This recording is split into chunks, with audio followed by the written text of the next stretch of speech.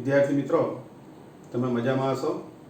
આજે આપણે lecture number 4માં ચેપ્ટર 2ના લેક્ચર નંબર 4માં નવો ટોપિક ભણવા જઈ રહ્યા છે. બહુ જ અગત્યનો ટોપિક છે, એને સારી રીતે સમજજો તો આગળના ટોપિકમાં તમને ખૂબ મજા આવશે. ટોપિકનું નામ છે વિદ્યુત ભારોના તંત્રની સ્થિતિ ઉર્જા. તો હવે આ સ્થિતિ ઉર્જા સમજવા આપણે અગાઉ પણ ભણી ગયા સ્થિતિ ઉર્જા, પણ એ એક વિદ્યુત ભાર લઈને સમજ્યા હતા. પણ આજે તંત્રની સ્થિતિ ઉર્જા સમજવાની છે. તો હવે એને સમજવા આપણે પહેલા બે વિદ્યુત ભારનું તંત્ર લઈને સ્થિતિ ઉર્જા સમજીશું, ત્યારબાદ ત્રણ વિદ્યુત ભારો લઈને તંત્રની સ્થિતિ ઉર્જા, અને એવી રીતે પછી વ્યાપક વિદ્યુત ભારો માટે પણ તમે એને લખી શકો છો. તો અત્યારે સમજીશું બે વિદ્યુત ભારોના તંત્રની સ્થિતિ ઉર્જા.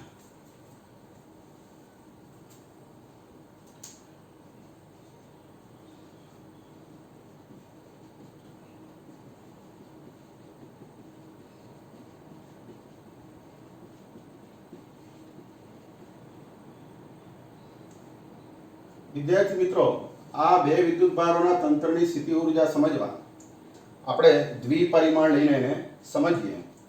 કે ધારો કે આકૃતિમાં દર્શાવ્યા મુજબ આ O એ ઉગમ બિંદુ છે. હવે બે વિદ્યુત ભારોની સ્થિતિ ઉર્જા શોધવા સૌ પ્રથમ આપણે Q1 અને Q2 આવા બે વિદ્યુત ભારો અનંત અંતરે છે એવું ધારીશું. એટલે કે ખૂબ જ દૂર, આ ઉગમ બિંદુથી ખૂબ જ દૂર છે, એટલે કે અનંત અંતરે છે. હવે આ બે વિદ્યુત ભારોને અહીંયા લાવવા હોય તો એના પર શું કરવું પડે? કાર્ય કરવું પડે. તો આપણે વારાફરતી Q1 ને પહેલા લાવીશું, પછી Q2 ને અહીં લાવીશું અને કરવું પડતું કાર્ય શોધીશું, અને એ કાર્ય પરથી આપણે સ્થિતિ ઉર્જા શોધીશું. તો ચલો સૌ પ્રથમ Q1 વિદ્યુત ભારને અનંત અંતરેથી ઉગમ બિંદુની સાપેક્ષમાં R1 અંતરે, એટલે આ O થી અહીંયા કોઈ બિંદુ ધારી લઈએ R1 અંતરે, તો અહીંયા Q1 ને લાવવામાં આવે તો કરવું પડતું કાર્ય. પણ વિદ્યાર્થી મિત્રો, અહીંયા કોઈ ક્ષેત્ર નથી, એટલે Q1 ને જ્યારે અહીં લાવવામાં આવે ત્યારે ક્ષેત્રની વિરુદ્ધ કોઈ જ કાર્ય કરવું પડશે નહીં. એટલે અપાકર્ષી બળનો આને સામનો કરવો પડશે નહીં, એટલે કાર્ય થશે શૂન્ય. એટલે અહીં લખીશું કે Q1 ને R1 અંતરે, Q1 વિદ્યુત ભારને ક્યાં આગળ? ઉગમ બિંદુથી R1 અંતરે, R1 અંતરે લાવતા થતું કાર્ય કેટલું થશે? 0, કારણ કે અહીંયા કોઈ ક્ષેત્ર નથી. હવે આ વિદ્યુત ભાર Q1 અહીંયા આવી ગયો માની લઈએ આપણે, તો આ વિદ્યુત ભાર એની આસપાસ ક્ષેત્ર ઉત્પન્ન કરશે, અને એ ક્ષેત્રના કારણે અહીં કોઈ બિંદુ પાસે આના કારણે અહીંયા કંઈક સ્થિતિમાન હશે. તો એ સ્થિતિમાન કેટલું? તો હવે લખીશું Q1 વિદ્યુત ભારની આસપાસના વિસ્તારમાં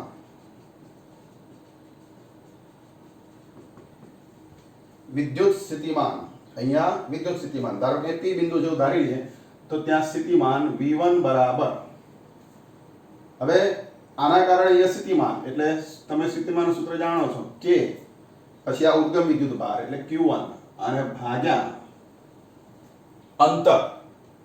હવે અહીંથી આ અંતર આપણે લેવાનું. હવે ધારો કે માની લો આ P બિંદુ હોય તો અહીંથી આ અંતર શું થાય? તો આ બે વચ્ચેનું અંતર એ R1P થાય, એટલે R અને 1 થી P નું એટલે R1P. આવી રીતનું સૂત્ર થશે. હવે Q2 વિદ્યુત ભારને અહીંયા લાવવાનો. ક્યાં આગળ? તો કે ઉગમ બિંદુની સાપેક્ષમાં R2 અંતરે લાવવાનો, અને એના માટે કાર્ય શોધવાનું. એટલે હવે Q2 વિદ્યુત ભારને ક્યાં આગળ? R2 અંતરે, ઉગમ બિંદુથી R2 અંતરે લાવતા થતું કાર્ય, એને નામ આપીશું W2. ચલો કાર્ય કેટલું થાય? તો કે તમને ખબર છે કાર્ય એટલે જે વિદ્યુત ભારને લાવવામાં આવે વિદ્યુત ભારનું મૂલ્ય ગુણ્યા જે જગ્યાએ લાવવામાં આવે ત્યાંનું સ્થિતિમાન. તો Q2 ને લાવવામાં આવે છે અને એનું સ્થિતિમાન આપણે v1 ધાર્યું છે, આ રહ્યું, એટલે શું થશે q2 ગુણ્યા એનું સ્થિતિમાન એટલે કે v1, q2 ગુણ્યા v1. હવે વિદ્યાર્થી મિત્રો તમે જાણો છો કે v1 ની કિંમત કે q1 ભાગ્યા r1p, અહીંયા આગળ આપણે આ અંતર r1p ધાર્યું એટલે અહીંયા r1, પણ હવે અહીંથી આ અંતર r2 છે, અહીંથી આ અંતર r1 છે, તો આ બંને વચ્ચેનું અંતર શું લખીશું r12 એટલે કે p ના બદલે 2 કરી દેવાનું, એટલે અહીંયા p ના બદલે 2 લખતા r12. તો વિદ્યાર્થી મિત્રો કાર્ય કેટલું થયું કે q1 q2 ભાગ્યા r12. હવે વિદ્યાર્થી મિત્રો આ બંને વિદ્યુત ભારોને આપણે અનંત અંતરેથી અહીંયા લઈ આવ્યા, તો જે કાર્ય થાય એ કાર્યનો સરવાળો સ્થિતિ ઊર્જા રૂપે સંગ્રહ પામે, કારણ કે સ્થિત વિદ્યુત બળ સંરક્ષી છે, એટલે જે કુલ કાર્ય થશે એ સ્થિતિ ઊર્જા રૂપે સંગ્રહ પામશે, એટલે કે કુલ કાર્ય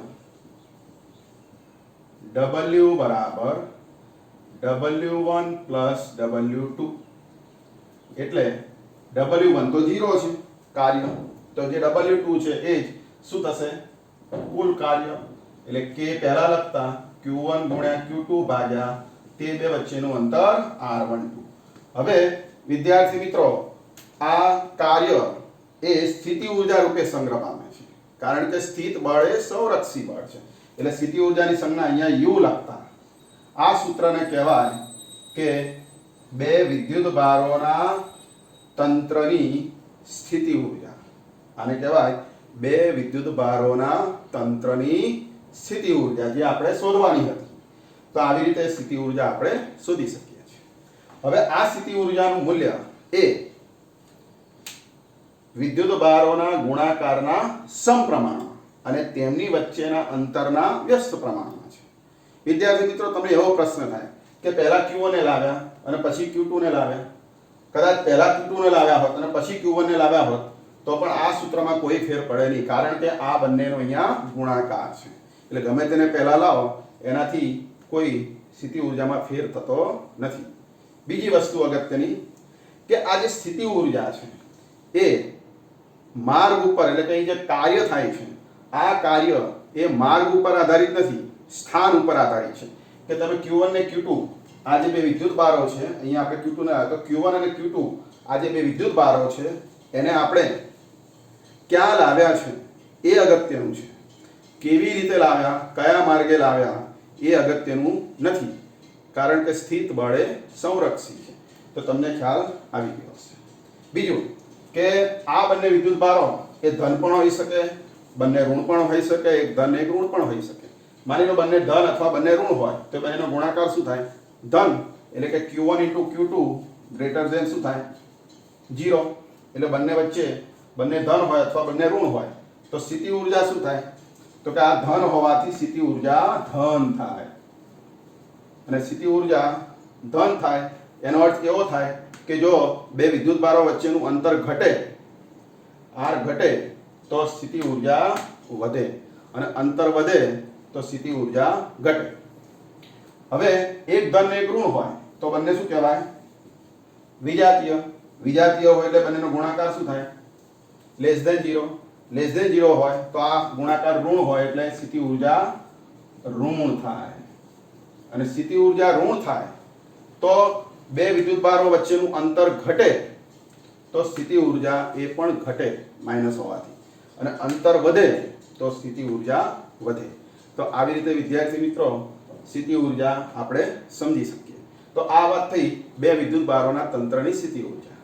હવે ત્રણ વિદ્યુત ભારો લઈએ વ્યાપક રીતે, તો ત્રણ વિદ્યુત ભારોના તંત્રની સ્થિતિ ઊર્જા સમજવી હોય તો આપણે બે વિદ્યુત ભારો ધાર્યા અનંત અંતરે, આપણે ત્રણ વિદ્યુત ભારો ધારીશું અને વારાફરતી એક એકને અંદર લાવીશું. તો આવી રીતે ત્રણ વિદ્યુત ભારોની સ્થિતિ ઊર્જા સમજી શકાય. તો હવે આપણે સમજીએ ત્રણ વિદ્યુત ભારોના તંત્રની સ્થિતિ ઊર્જા.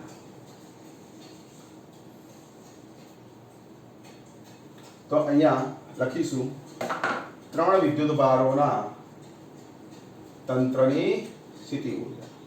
હવે આકૃતિમાં થોડોક જ ફેરફાર કરવાનો છે, એટલે આપણે આની અંદર આટલે સુધીના જે પદ છે એમાં કોઈ ફેરફાર કરીશું નહીં, આમને આમ જ લખીશું, કારણ કે બે વિદ્યુતભારોની સ્થિતિ ઉર્જા આપણે સમજી ગયા છે. તો ફરી એકવાર સમજાવી દઉં. પહેલા Q1 ને અહીં લાવવામાં આવે, કોઈ કાર્ય નહીં, કાર્ય 0.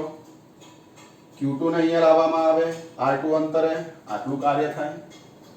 હવે વિદ્યાર્થી મિત્રો, Q3 વિદ્યુતભારને અહીંથી Q3 વિદ્યુતભાર અનંત અંતરેથી જો અહીંયા લાવવામાં આવે, ક્યાં આગળ R3 અંતરે, તો કેટલું કાર્ય એ આપણે અહીંયા શોધવું પડે. બે ને લાવતા તો કાર્ય આપણે શોધી નાખીએ. તો એના માટે સૌ પ્રથમ તમારે સ્થિતિમાન આ બે વિદ્યુતભારોના કારણે અહીંયા કોઈ P બિંદુ ધારી લઈએ. તો અહીંયા તમારે સ્થિતિમાન શોધવું પડે. એટલે Q1 અને Q2 ને લીધે કોઈ P બિંદુ પાસે, Q1 અને Q2 ને લીધે P બિંદુ પાસે, કોઈ બિંદુ પાસે વિદ્યુત સ્થિતિમાન, અને એ વિદ્યુત સ્થિતિમાન એને આપણે નામ આપી દઈએ કે 1 અને 2 બંનેના કારણે છે, એટલે V1 2. તો કેટલું થશે? તો અહીંયા સ્થિતિમાન Q1 ના કારણે, ચલો તો આ Q1 ના કારણે સ્થિતિમાન, તો K Q1 ભાગ્યા આ બે વચ્ચેનું અંતર, તો આ 1 છે અને અહીંયા P છે એટલે R1P, આ બે વચ્ચેનું અંતર થાય R1P, એટલે કે K Q1 ભાગ્યા R1P પ્લસ Q2 ના કારણે અહીંયા સ્થિતિમાન, તો K Q2 ભાગ્યા આ બે વચ્ચેનું અંતર 2P, R2P, એટલે કે અહીંયા K કોમન લઈ લઈએ તો Q2 ભાગ્યા R2P, આવી રીતનું સૂત્ર થશે. હવે આ ત્રીજા વિદ્યુતભારને અહીંયા લાવવામાં આવે, Q3 ને અહીંયા લાવવામાં આવે. કેટલા અંતરે? ઉગમ બિંદુની સાપેક્ષમાં કેટલા અંતરે? R3 અંતરે. એટલે લખીશું કે Q3 ને R3 અંતરે લાવતા થતું કાર્ય એટલે કે W3. હમણાં આપણે આગળ શીખવાડ્યું કે તમે જે વિદ્યુતભારને લાવતા હોય એ વિદ્યુતભાર ગુણ્યા જે બિંદુએ લાવો ત્યાંનું સ્થિતિમાન, એટલે કે આ V12. પણ આ V12 કેટલા અંતરે છે? R3 અંતરે છે, એટલે અહીં લખીશું R3 સદિશ. હવે V12 R3 ની કિંમત, એટલે કે આ કિંમત એ અહીંયા મૂકી દઈએ તો આને Q3 વડે ગુણવું પડે, એટલે સૂત્ર થાય K ઇન્ટુ બ્રેકેટ આને Q3 વડે ગુણી નાખવાનું, એટલે Q1 તો હતો જ, તો Q1 ગુણ્યા Q3 ભાગ્યા R1P.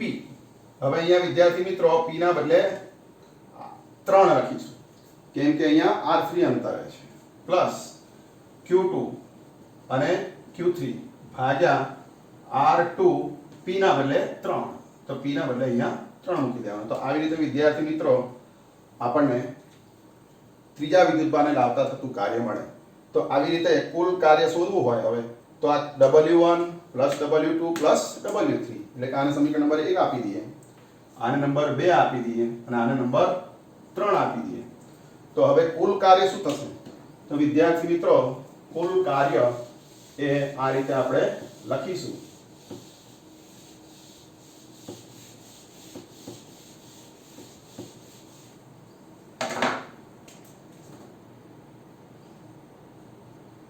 Q1, Q2 અને Q3 વિદ્યુતભારોના તંત્રનું કુલ કાર્ય W બરાબર W1 plus W2 plus W3. W1 તો 0 હતું એટલે એ નહીં લખીએ તો ચાલશે. W2 એટલે K Q1 Q2 ભાગ્યા R12, K Q1 Q2 ભાગ્યા R12. હવે વિદ્યાર્થી મિત્રો આ બેનો સરવાળો કરવાનો છે, એટલે આપણે K ને જોડે કોમન પણ લઈ લઈએ તો K અને W2 ની કિંમત K Q1 Q2 K બહાર લઈ લીધો છે, Q1 Q2 ભાગ્યા R12 પ્લસ અહીંયા W3 ની કિંમત, એમાં બે પદ છે, એમાં K બહાર લઈ લઈએ એટલે વધશે Q1 Q3 ભાગ્યા R13 પ્લસ Q2 Q3 ભાગ્યા R23. તો વિદ્યાર્થી મિત્રો આવી રીતે કુલ કાર્ય થશે. હવે તમને ખબર છે કે સ્થિત વિદ્યુત બળ એ સંરક્ષી છે, એટલે આ કાર્ય એ સ્થિતિ ઊર્જાના રૂપમાં સંગ્રહ પામે. એટલે આ સૂત્રને સ્થિતિ ઊર્જાના સ્વરૂપમાં લખતા U બરાબર K into bracket Q1 Q2 ભાગ્યા R12, Q1 Q3 ભાગ્યા R13, Q2 Q3 ભાગ્યા R23. તો આવી રીતે વિદ્યાર્થી મિત્રો કુલ સ્થિતિ ઊર્જા એટલે કે આપણે કાર્ય શોધી શકીએ. તો તમને ખ્યાલ આવી ગયો હશે વિદ્યાર્થી મિત્રો કે અહીંયા કુલ કાર્ય એ કેવી રીતે શોધાય. તો આવી રીતે ત્રણ વિદ્યુત ભારોનું તંત્ર હોય તો સ્થિતિ ઊર્જાનું આ સૂત્ર થયું. તો વિદ્યાર્થી મિત્રો આ સૂત્રમાં પણ આપણે એવું કહી શકીએ કે કાર્ય એ માર્ગ ઉપર આધારિત નથી. વિદ્યુત ભારો કયા સ્થાન પર લાવવામાં આવે છે એ સ્થાન ઉપર આધારિત છે, કેમ કે એ છેદમાં અંતર આવે છે જે સ્થાન બતાવે છે. તો આવી રીતે સ્થિતિ ઊર્જા તમે શોધી શકો છો. હવે વિદ્યાર્થી મિત્રો આના પરથી MCQ દાખલા વગેરે પરીક્ષામાં પૂછાતું હોય છે, તો એને કેવી રીતે તમે ગણશો? તો એના માટે ત્રિકોણ, ધારો કે આ ત્રિકોણના શિરોબિંદુ પર ત્રણ વિદ્યુત ભારો હોય અને તમને એમ પૂછાય કે આ તંત્રની સ્થિતિ ઊર્જા કેટલી, તો આ સૂત્રનો તમારે ઉપયોગ કરવાનો. ત્રણ વિદ્યુત ભારો હોય ત્યારે આ સૂત્ર વાપરવાનું. ચલો આ Q Q Q એની કિંમત આમાં મૂકી દઈએ કે આને નંબર આપી દેવાનો 1 2 ને 3 અને નંબર આપી દો. Q1 Q2 એટલે આ 1 ઉપર વિદ્યુત ભાર ગુણ્યા 2 ઉપર એટલે Q Q એટલે Q સ્ક્વેર, અને ધારો કે આ બંને વચ્ચેનું અંતર d હોય તો અહીંયા શું થશે Q સ્ક્વેર ભાગ્યા d. એવી રીતે અહીંયા Q1 Q3 એટલે આ બેનો ગુણાકાર એટલે Q સ્ક્વેર ભાગ્યા d, આ અંતર પણ d હોય. એવી રીતે અહીંયા Q સ્ક્વેર ભાગ્યા આ બે વચ્ચેનું અંતર એ પણ d એટલે k ગુણ્યા Q સ્ક્વેર ભાગ્યા d, Q સ્ક્વેર ભાગ્યા d, Q સ્ક્વેર ભાગ્યા d એટલે 3Q સ્ક્વેર ભાગ્યા d ઇન્ટુ k એટલે કે 3Q સ્ક્વેર ભાગ્યા d. આવો એનો જવાબ થાય. તો આવી રીતે વિદ્યાર્થી મિત્રો તમારી સ્થિતિ ઊર્જા મળે. માની લો કે આ બે વિદ્યુત ભારો એ ધન છે અને આ ઋણ છે, તો આવા સંજોગોમાં આ બેનો ગુણાકાર શું થાય? -Q સ્ક્વેર એટલે અહીં -Q સ્ક્વેર ભાગ્યા d. આ બેનો ગુણાકાર 1 3 છે એટલે આ બેનો -Q સ્ક્વેર ભાગ્યા d અને અહીંયા +Q સ્ક્વેર ભાગ્યા d. તો -Q સ્ક્વેર ભાગ્યા d +Q સ્ક્વેર ભાગ્યા d ઉડી જાય એટલે આ બે પદ કટ થઈ જાય એટલે શું આવે જવાબ? KQ સ્ક્વેર ભાગ્યા d અને માઈનસ એટલે -KQ સ્ક્વેર ભાગ્યા d. આની સ્થિતિ ઊર્જા થાય -KQ સ્ક્વેર ભાગ્યા d. તો બે પદો એમાં ઉડી જશે. તો આવી રીતે વિદ્યાર્થી મિત્રો તમને સ્થિતિ ઊર્જા, ધારો કે બે વિદ્યુત ભારોનું, તો એ પ્રમાણે આનો જવાબ બદલાઈ જશે. ચલો ચાર વિદ્યુત ભારો હોય, કોઈ ચોરસ હોય અને ચોરસના શિરોબિંદુ પર ચાર વિદ્યુત ભારો હોય અને મારે આ તંત્રની સ્થિતિ ઊર્જા શોધવી છે અને d અંતર છે દરેક બે વચ્ચેનું. તો આવા કેટલા પદો આવશે? તો નંબર આપી દેવાના 1 2 3 4. પહેલા 1 2 એટલે અહીંયા 1 2 upon 1 2, પછી 2 3 ની સ્થિતિ ઊર્જા એટલે અહીંયા 2 3 ભાગ્યા 2 3, 3 4 ની એટલે 3 4 ભાગ્યા 3 4, 4 1 ની એટલે 4 1, નેક્સ્ટ પહેલા 4 1 ભાગ્યા r 4 1. હવે બે વધારાના પદો તમારે ઉમેરવા પડે. 4 તો ખરા જ 4 પદ પ્લસ 2 પદ વિકર્ણની લંબાઈના કારણે એટલે કે આ બે જોડના કારણે તો તમારે બે પદો વધી જશે એટલે કે એમાં 1 3 અને 2 4 એવા બે પદો વધી જશે. તો આ રીતે ચાર વિદ્યુત ભારોનું તંત્ર હોય તો ટોટલ 6 જોડ બને. 6 જોડ એટલે 1 2 3 4 અને બે વિકર્ણ એટલે ટોટલ 6 પદો આવા આવશે. એટલે સ્થિતિ ઊર્જા તમારે એવી રીતે 6 પદમાં લખીને શોધવી પડે. તો વિદ્યાર્થી મિત્રો તમે સમજી ગયા હશો કે બે વિદ્યુત ભારોના તંત્રની સ્થિતિ ઊર્જા એટલે શું, ત્રણ વિદ્યુત ભારોના તંત્રની સ્થિતિ ઊર્જા શું, જો ચાર વિદ્યુત ભારો હોય તો આ પદને કેવી રીતે વધારાય. એવી રીતે વ્યાપક રીતે ઘણા બધા વિદ્યુત ભારો લઈને તમે આ સૂત્રને લખી શકો. તો આશા રાખું છું કે તમે આ ટોપિક સમજી ગયા હશો. ચલો હવે આના પર આધારિત એક ન્યુમેરિકલ્સ છે એ આપણે ગણવાનો છે. તો પહેલા આ સૂત્રને તૈયાર કરી નાખો.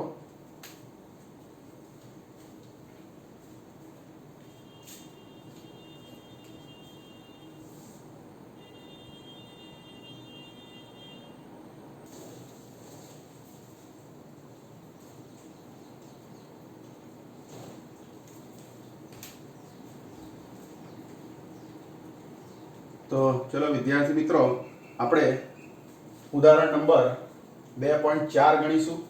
રકમ બોર્ડ ઉપર લખી છે, પહેલા સમજી લો. આકૃતિમાં દર્શાવ્યા પ્રમાણે ડી બાજુવાળો ચોરસ, આ ડી બાજુવાળો ચોરસ છે. ABCD એને નામ આપેલું છે, શિરોબિંદુ ABCD.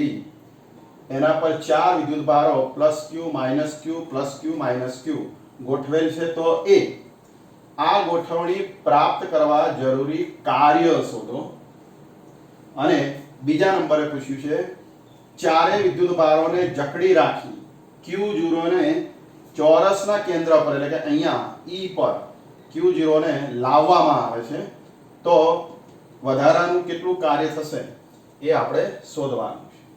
તો ચલો વિદ્યાર્થી મિત્રો, આને શોધવા માટે આપણે સૌપ્રથમ આગળની જે થિયરી ભણી ગયા કે વિદ્યુતભારોના તંત્રની સ્થિતિ ઊર્જા, તો એમાં આપણે શું કર્યું હતું? સ્થિતિ ઊર્જા શોધવા એટલે કે કાર્ય શોધવા વારાફરતી એક એક વિદ્યુતભારને આપણે લાવતા ગયા અને કાર્ય શોધતા ગયા અને છેલ્લે સરવાળો કર્યો. એવી જ રીતે અહીંયા આ ચારે વિદ્યુતભારો ભલે અહીં દર્શાવ્યા હોય, પણ આપણે આ ચારે વિદ્યુતભારોને વારાફરતી પહેલા +Q ને A પર લાવવાનું અને કાર્ય શોધવાનું, પછી -Q ને B પર લાવીને કાર્ય શોધવાનું, પછી આ બેને રાખીને +Q ને C પર લાવવાનું અને કાર્ય શોધવાનું, અને પછી -Q ને D પર લાવવાનું અને કાર્ય શોધવાનું, અને જે ચાર કાર્ય મળે એનો સરવાળો કરતા આપણને કુલ કાર્ય મળે.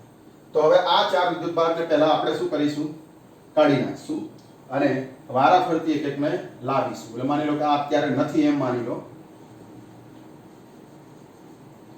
હવે અને આ પણ વિદ્યુતભાર એને આપણે નથી એમ માની લઈએ. તો હવે +Q વિદ્યુતભાર એ અનંત અંતરે છે એવું માનીશું, અને એને A પાસે લાવતા થતું કાર્ય. તો +Q ને A પાસે,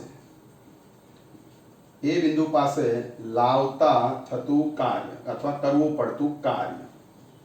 વિદ્યાર્થી મિત્રો, અહીંયા કોઈ વિદ્યુતભાર નથી એટલે અહીંયા કોઈ ક્ષેત્ર નથી, એટલે કાર્ય થશે 0. જે તમે આગળ ભણી ગયા, જે તમે આગળની થિયરીમાં ભણી ગયા કે કોઈ વિદ્યુતભાર ના હોય એટલે શરૂઆતમાં આવે એના પર કાર્ય 0 થાય. હવે બીજા નંબરે +Q ને B પર લાવતા થતું કાર્ય. સોરી, હવે આપણે -Q ને અહીં લાવવાનો છે, એટલે અહીં લખીશું -Q વિદ્યુતભારને B પાસે લાવતા થતું કાર્ય. ચલો અહીં -Q ને લાવીએ. તો હવે આપણે આગળ ભણી ગયા કે કાર્ય એટલે જેને લાવવામાં આવે તે વિદ્યુતભારનું મૂલ્ય, એટલે કે B પરનો વિદ્યુતભાર. અહીં લખીશું B પરનો વિદ્યુતભાર અને ગુણ્યા આનું ક્ષેત્ર અહીં પ્રવર્તે છે, એટલે એના કારણે B પાસે સ્થિતિમાન. તમે B પાસે -Q ને લાવ્યા ત્યારે સ્થિતિમાન કોનું હાજર હશે? એના કારણે અહીંયા હશે, એટલે અહીં લખવું પડશે A ને લીધે B પાસે વિદ્યુત સ્થિતિમાન.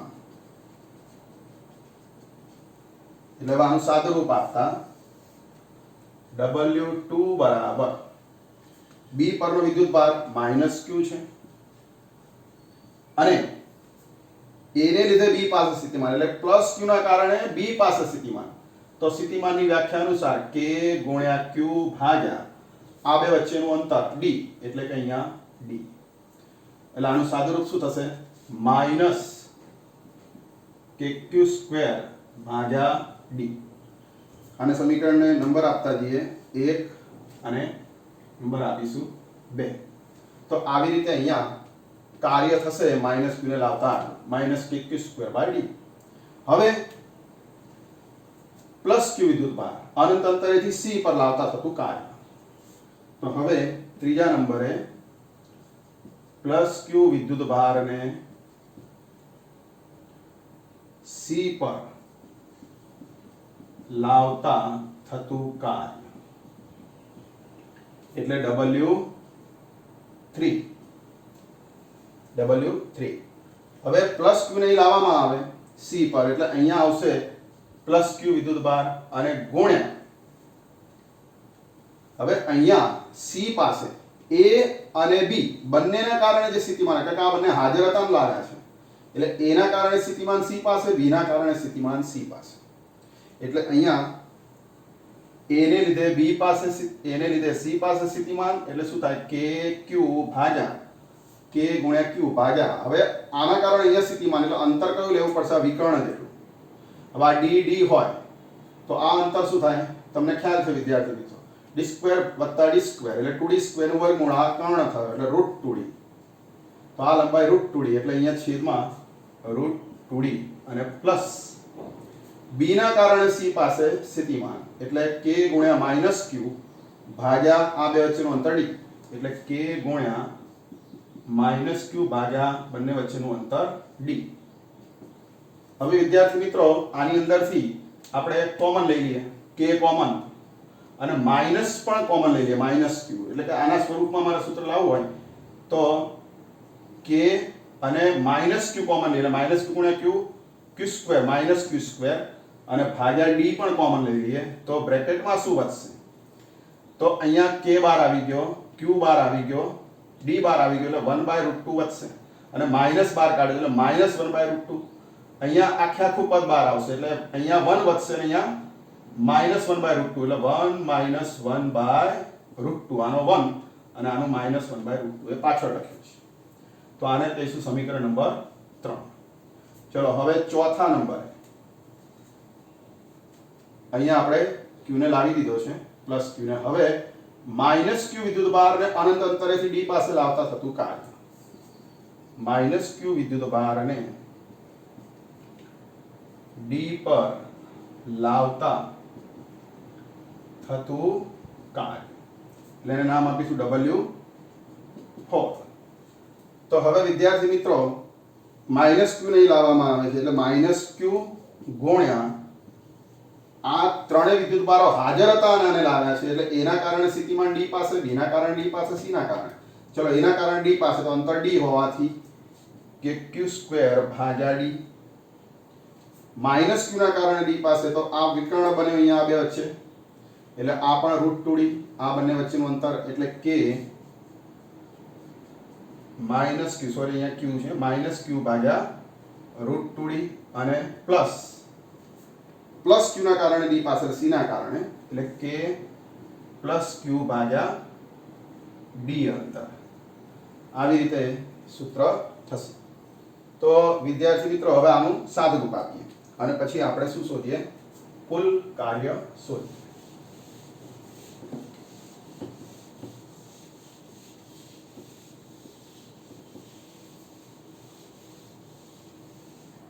ચલો હવે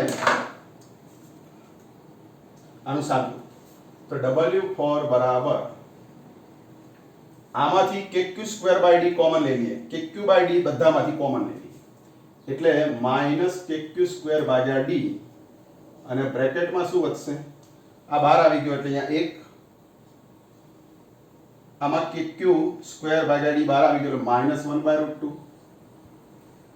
અને ત્યાંથી પણ 1 બહાર આવ્યો એટલે 1 એટલે 1 + 1 2 - 1/√2 -kq²/d અને અહીંયા 1 ને 1 2 2 ઓછા 1/√2 તો વિદ્યાર્થી મિત્રો આવી રીતે તમે આ સૂત્રને નંબર આપશો 4 હવે કુલ કાર્ય આપણે શોધવાનું છે તો કુલ કાર્ય એટલે ચારેય કાર્યનો સરવાળો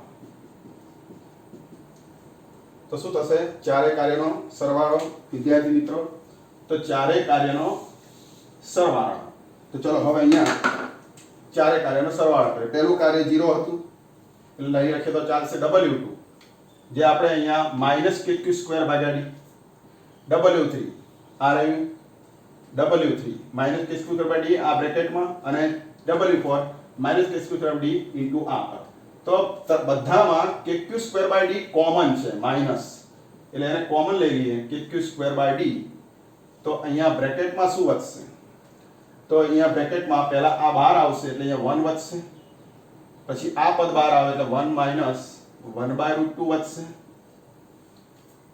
પછી આમાંથી આ બહાર આવશે એટલે વધશે 2 ઓછા 1/√2 તો આવી રીતે વિદ્યાર્થી મિત્રો કુલ કાર્ય મળશે હવે આ જે કુલ કાર્ય મળ્યું એનું થોડુંક સાદુરૂપ આપી દઈએ તો જવાબ થશે માઇનસ કે ક્યુ સ્ક્વેર ભાગ્યા ડી કુલ કાર્ય.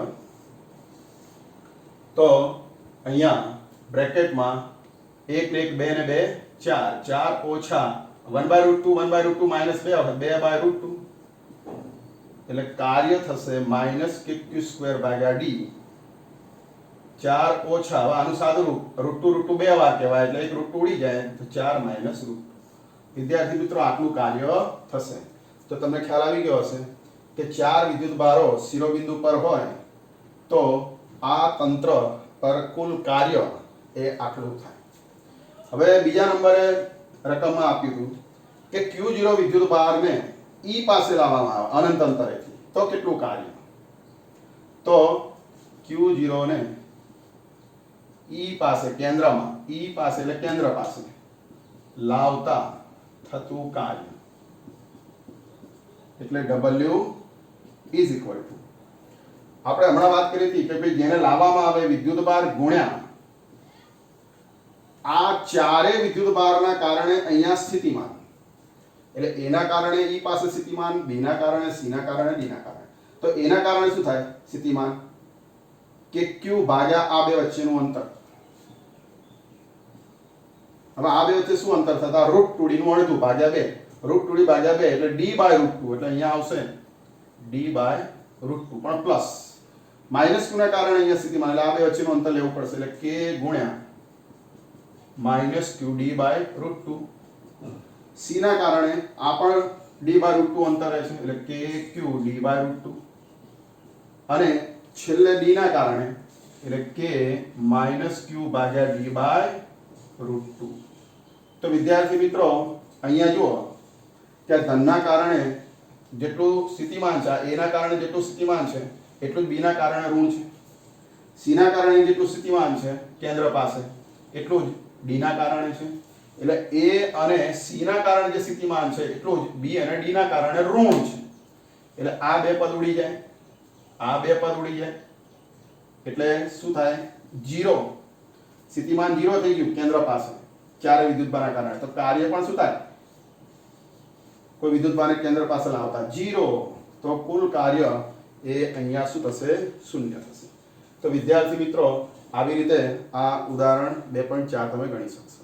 તો હવે આમાં ફેરફારો કરીને પણ જો બોર્ડની એક્ઝામમાં પૂછાય તો આ મેથડ એ અગત્યની છે રીત અગત્યની છે જવાબ નહીં.